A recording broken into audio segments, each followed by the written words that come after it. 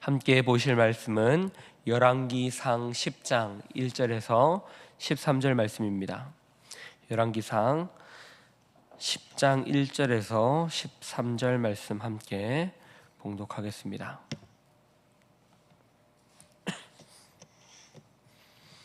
함께 봉독하겠습니다. 스바 여왕이 여호와의 이름으로 말미암은 솔로몬의 명성을 듣고 와서 어려운 문제로 그를 시험하고자 하여 예루살렘에 이르니 수행하는 자가 심히 많고 향품과 심히 많은 금과 보석을 낙타에 실었더라.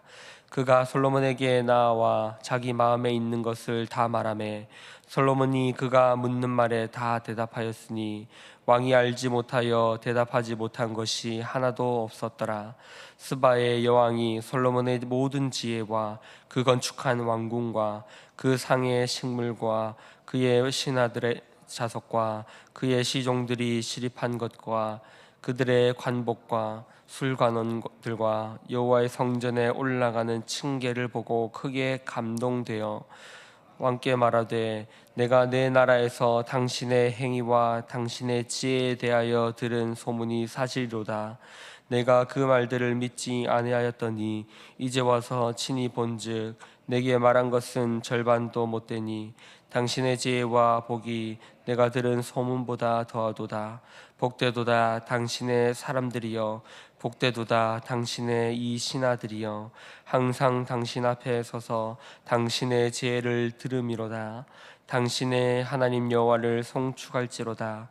여호와께서 당신을 기뻐하사 이스라엘 왕위에 올리셨고 여호와께서 영원히 이스라엘을 사랑하심으로 당신을 세워 왕으로 삼아 정의와 공의를 행하게 하셨도다 하고, 이에 그가 금 120달란트와 심히 많은 향품과 보석을 왕에게 드렸으니 스바의 여왕이 솔로몬에게 드린 것처럼 많은 향품이 다시 오지 아니하였더라. 오빌에서부터 금을 실어온 히람의 배들이 오빌에서 많은 백단목과 보석을 운반하여 오매 왕이 백단목으로 여호와의 성전과 왕궁의 난간을 만들고 또 노래하는 자를 위하여 수금과 비파를 만들었으니 이 같은 백단목은 전에도 온 일이 없었고 오늘까지도 보지 못하였더라. 솔로몬 왕이 왕의 규례대로 스바의 여왕에게 물건을 준 것 외에 또 그의 소원대로 구하는 것을 주니 이에 그가 그의 신하들과 함께 본국으로 돌아갔더라. 아멘.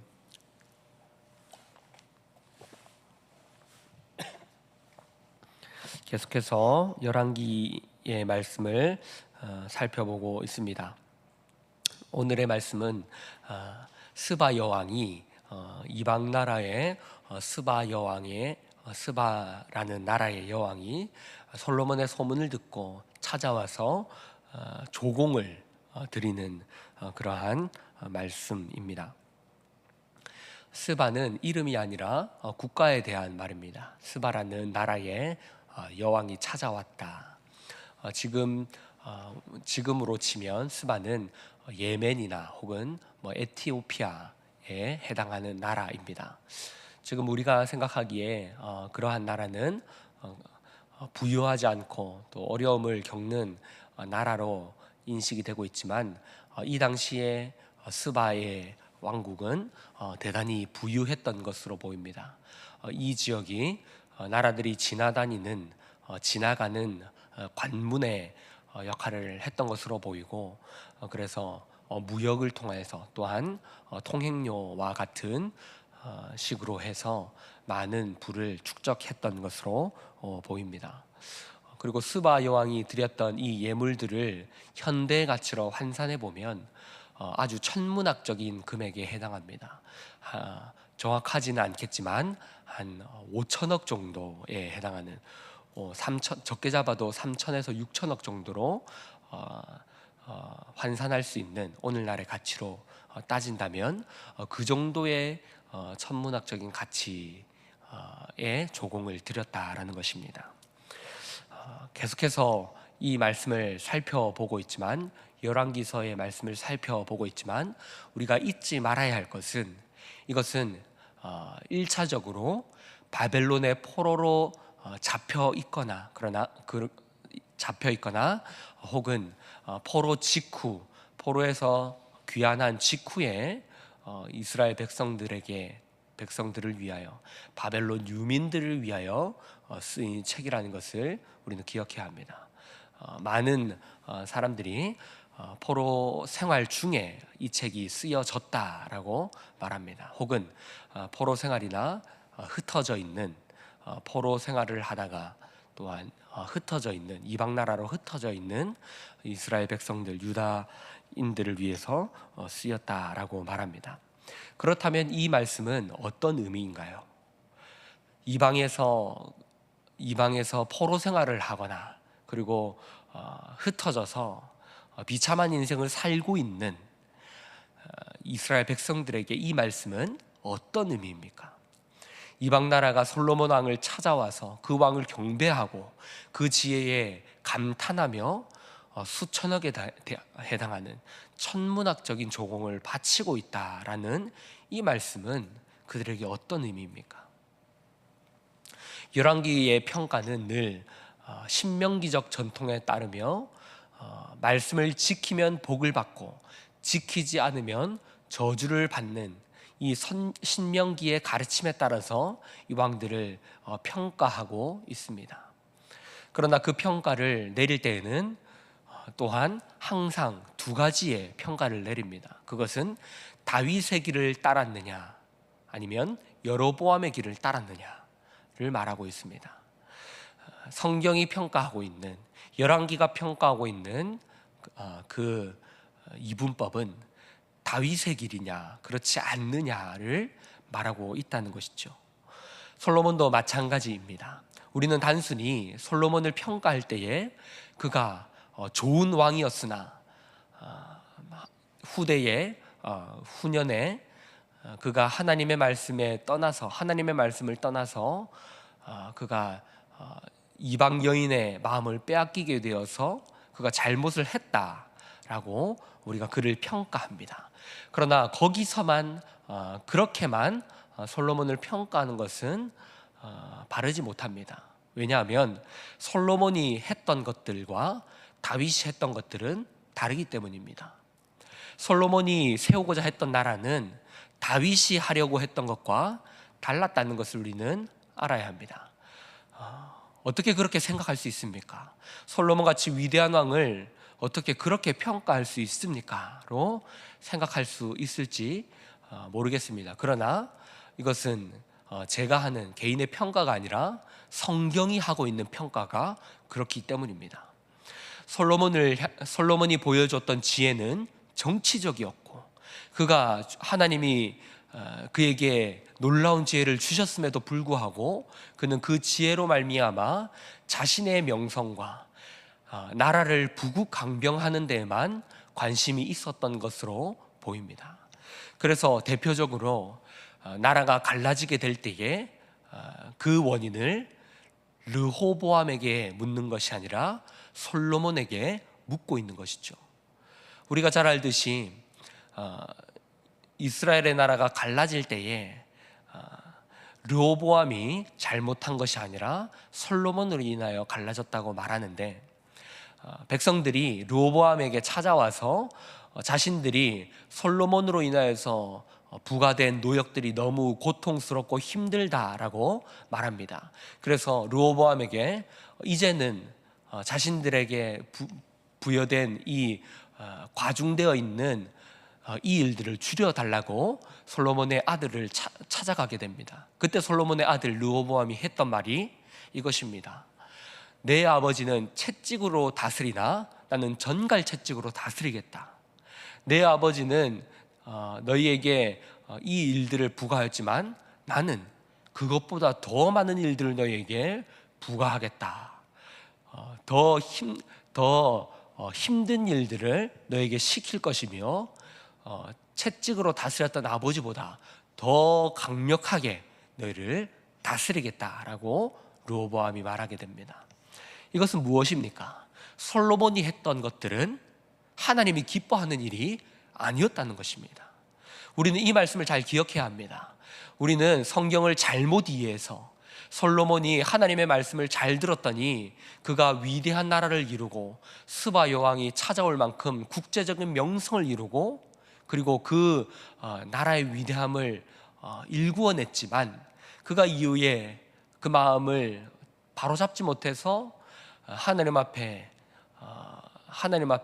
죄를 짓게 되고 그가 넘어졌다라는 식으로만 이해하게 되지만, 그러나 하나님이 하시고자 하는 일이 그런 일이 아니었다는 것을 우리는 기억해야 됩니다. 하나님이 원하시는 것은 부국광병이 아니며 나라를 잘 살게 만드는 것이 아니며 명예와 명성을 이루기 위해 이 백성들을 짐지게 만드는 것이 아니다라는 것을 우리는 기억해야 됩니다. 이러한 자리까지 오기는 시간이 걸립니다. 이스라엘 백성들은 포로로 끌려갔다가 돌아오게 되고, 그리고 그 원인을 자신들이 율법을 지키지 않았다로만 해석하게 됩니다. 우리가 솔로몬 왕이 이러한 영광을 얻게 되었는데 왜 지금 우리는 이러한 현실에 처해 있는가를 율법을 지키지 않았으므로, 하나님이 말씀하시는 대로 하나님이 솔로몬에게 계속 말씀하시고 열왕기의 평가처럼 법도를 지키지 않았고 율례를 지키지 않음으로 우리가 이러한 현실에 처하게 되었다라는 평가를 내림으로 신약 시대에 와서는 극단적인 율법주의로 빠지게 되는 것을 봅니다. 그러나 이것을 예수님은 바르게 잡아주십니다. 너희가 망한 것은 율법을 온전히 지키는 것, 너희가 지금 마음으로는 하나님의 말씀을 지킨다는 것이 무엇인지 이해하지 못하고 겉으로만 율법을 지키는 척 하고 있으며, 그렇게 하면 하나님께 축복받고 복을 받고 하나님이 기뻐하신다라고 너희는 잘못된 가르침을 하고 있다라고 말을 하고 있는 것입니다. 대표적으로 바리새인의 가르침, 유대인들 지도자들의 가르침을 예수님은 꾸짖고 있는 것이죠. 사랑하는 성도 여러분, 우리는 하나님께서 원하시는 것이 무엇인지를 이해해야 합니다. 오늘 말씀을 통해서 이스라엘 백성들은 우리의 현실이 왜 이렇게 되었는가를 고민하게 됩니다. 이것은 이 실패의 역사는 실패 속에서도 하나님이 이끌어가고자 하는 것이 있었다라는 것을 우리는 알게 되는 것입니다. 그들의 실패는 무엇입니까? 하나님이 말씀하시는 내 말을 듣고 내 법도를 지키라는 것은 무엇입니까? 이것은 하나님이 이끄시는 유일한 길입니다. 내 율례와 내 법도를 지키라. 이것은 이 길을 온전히 지킴으로 가는 것이 아니라 지키지 못함으로 가게 되는 길입니다. 무슨 말입니까? 우리는 하나님의 말씀과 하나님의 법도를 지키려고 노력하지만 그것을 지킬 수 없는 존재들입니다. 그러므로 우리는 어디로 내몰리게 되냐면 바로 은혜의 자리로 내몰리게 되는 것입니다. 다윗의 길이라고 하는 것은 율법을 하나도 지키지 않음으로 가게 되는 길이 아니라 율법을 지키려고 하지만 그 율법을 지킬 수 없는 자, 그리고 그 죄 앞에 통곡하고 애통하며 하나님의 은혜 앞으로 나아가게 되는 길이 바로 다윗의 길입니다. 사랑하는 성도 여러분, 다윗이 했던 것은 하나도 틀림이 없는 길이 아닙니다. 하나님 앞에서 범죄하지 않는 길이 아닙니다. 그것은 하나님 앞에 나아가서 애통하며 죄를 자복하며 그 눈물 앞에서 다시금 살려주시는 하나님의 은혜로 살아가는 것입니다. 하지만 솔로몬은 그렇지 않았습니다. 솔로몬은 그 율법을 하나님 앞에 드리는 헌신이나 열정으로 그 모든 것을 다 한다고 생각했습니다. 하나님 앞에 위대한 왕궁을 짓고 그 왕궁을 지음으로 1,000번제를 드림으로 내가 해야 할 일을 다 했다라고 생각한 것입니다. 하지만 그의 삶은 오히려 나라를 망하게 하는 것이었으며 백성들을 힘들게 하는 것이었으며 그 나라가 하나님 앞에 지탄받으며 하나님 앞에 하나님 앞에 좋은 평가를 받지 못하는 삶이 되었다라는 것을 우리는 기억해야 됩니다. 사랑하는 성도 여러분, 하나님이 원하시는 것은 위대한 나라를 만들거나 명성을 쌓거나 세계 만방에 이스라엘이라는 나라의 이름을 높이기 위하여 그 나라를 만들어가는 것이 아닙니다. 그러한 명성을 위해서는 백성들의 신음소리가 있었으며 백성들에게 부과된 고통과 노역들이 있었다라는 것을 우리는 기억해야 합니다. 그리고 그 결과가 솔로몬이 겸손해지는 것이 아니며 오히려 그 명성으로 인하여서 솔로몬은 더욱더 하나님을 떠나고 잘못된 길로 가며 끊임없이 이방 나라들과 같은 그 명예를 위하여 했던 결과가 이방 여인들에게 마음을 빼앗기는, 자신의 세력을 확장시키기 위하여 이방 나라의 여인들과 결혼하는 것이었고, 그것으로 인하여서 그 마음을 빼앗기고 하나님의 뜻과는 거리가 먼 그러한 통치를 했다는 것을 우리는 보아야 합니다. 그러므로 우리가 기억해야 될 것은 하나님의 나라가 무엇입니까? 하나님의 나라는 세상의 권력과 세상의 재물이 아니며 겸손과 사랑과 인간다움과 자비로움과 그 명예는 낮아짐의 명예임을 우리는 기억해야 되는 것입니다. 이스라엘 백성들은 이러한 역사 속에서 우리가 처한 현실이 무엇인가를 방황하며 당황하며 살아오다 예수를 만나게 됩니다. 예수 그리스도께서 오셔서 하나님의 말씀이 무엇인지를 가르치게 됩니다. 이 모든 뜻들을, 이 모든 역사를 통해서 하나님이 하시고자 하는 일들이 무엇인지를 바울은 이해하게 되는 것입니다. 다메섹에서 만났던 예수, 그리고 자신이 알아왔던 구약의 말씀이 무엇이었는지 이제 예수를 만남으로 그 뜻을 분별하고 이해하게 되는 것입니다. 사랑하는 성도 여러분, 우리는 예수께서 하시는 일이 무엇인지를 이해해야 합니다. 하나님께서 하시고자 하는 일이 무엇인지를 바르게 알아야 합니다. 그것은 우리가 하나님 앞에 어떠한 열심으로 최선으로 끝나는 것이 아니라 하나님 앞에 무엇을 바치는 것이나 아니면 내가 힘든 일을 그 힘든 일의 그 최고는 순교겠죠. 하나님이 원하시는 그 한 번의 순교이거나 한 번의 어떤 최고의 헌신이 아니라는 것입니다. 하나님이 원하시는 것은 우리의 신앙 현실에 주어진 그 하루하루를 살아가면서 하나님이 빚어내고자 하는 사랑이 무엇인지, 희생이 무엇인지, 낮아짐이 무엇인지를 하루하루 우리는 깨달아가며 그 하나님의 뜻을 이루어가게 된다는 것입니다. 우리는 그 신앙 현실을 외면해서는 안 됩니다. 하나님이 하시고자 하는 것은 솔로몬이 드렸던 그 위대한 번제나 왕궁이나 성전이나 그 막강한 부나 명예가 아님을 성경은 우리에게 말하고 있는 것입니다. 말씀을 정리하겠습니다. 사랑하는 성도 여러분, 이스라엘 백성들은 자신들의 처한 현실, 포로된 현실과 어려움 가운데 처한 현실 속에서 이 말씀을 보게 됩니다. 우리의 어려움 가운데 솔로몬의 부는 어떤 의미인가? 그가 가졌던 나라의 위대함은 지금 아무것도 남아있지 않게 되는데 그것은 무슨 의미인가? 하나님께서 원하시는 것은 다윗의 길이었는데 우리가 걷고 있는 길은 무엇인가? 이러한 역사 속에서 우리의 현실을 보게 됩니다.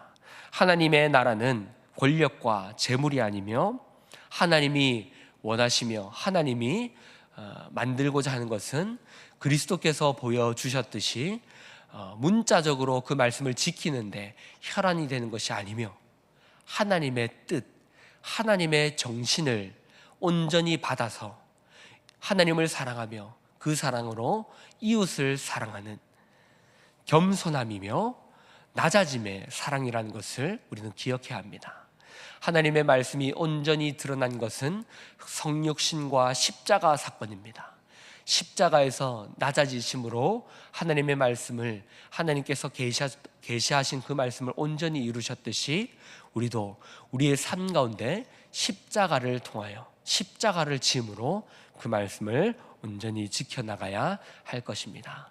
저와 여러분이 오늘 이 스바 여왕이 드렸던 예물, 그만큼 솔로몬의 위대함이 얼마나 컸던지를 짐작할 수 있게 됩니다. 우리는 솔로몬같이 되자라는 잘못된 결론으로 빠져서는 안 됩니다. 솔로몬이 드렸던 것의 허망함을 깨달아야 하고, 그가 했던 것이 하나도 남지 않았다는 것을 기억하며, 그렇다면 하나님이 무엇을 만들고자 하시는지를 바르게 이해하여서 하나님이 빚어내고자 하는 겸손과 사랑과 그리스도다움을 바르게 분별하여서 우리의 삶을 살아가시는 저 여러분이 될 수 있기를 주님의 이름으로 축복합니다. 말씀을 기억하면서 함께 기도하실 때에 우리는 이렇게 기도하면 좋겠습니다. 하나님 나라는 재물과 권력이 아닙니다. 재물과 권력, 명예, 이러한 것들을 쌓는 것에 있지 않다는 것을 우리는 기억해야 됩니다. 그렇다면 하나님이 원하시는 것은 겸손입니다. 사랑입니다. 넉넉함입니다. 배려입니다. 예수님께서 보여주셨던 원수를 위하여, 나를 죽이는 자들을 위하여 십자가를 지는 것임을 기억하며 살아가는 것입니다. 저 여러분이 하나님의 뜻을 분별하여 그 뜻대로 살아갈 수 있도록 이 시간 기도하며 나아갈 수 있으면 좋겠습니다. 말씀을 기억하며 기도하시고 앞에 보이시는 기도 제목으로 기도하도록 하겠습니다. 기도하시겠습니다.